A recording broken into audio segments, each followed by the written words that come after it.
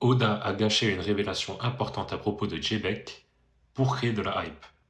Je t'explique, mais avant ça, si t'es anime only ou que t'es pas à jour sur les scans, je t'invite à mettre la vidéo en favori et d'y revenir tranquillement quand tu seras à jour. Et je le dis directement, tout mon problème réside dans la planche où J-Beck est introduit pour la première fois. On voit son chara design pour la première fois, on voit qu'il ressemble à Teach, c'est super, et là le narrateur vient nous confirmer qu'en effet, c'est le père de Teach. Et c'est là que j'ai un problème.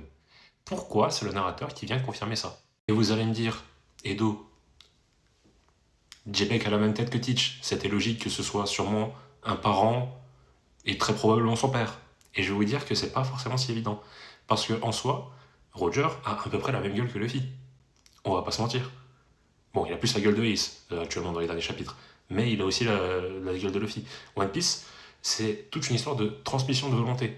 Donc, qu'il y ait des ressemblances sans forcément qu'il y ait de filiation, ça paraît assez logique.